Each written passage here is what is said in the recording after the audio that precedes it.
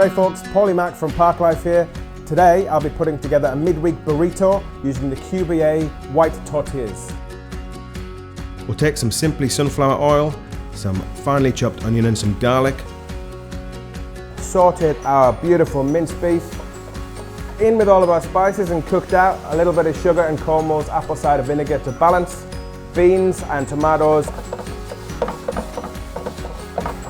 And we're ready to go into our bowl. So here I'll take my QBA tortilla wrap, I'll soften it a little on the flat plate, add my ingredients.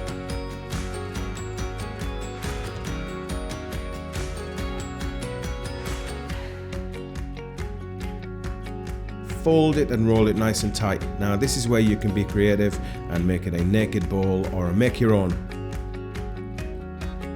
So there you go folks, a midweek burrito you can enjoy any day of the week using the QBA white tortillas.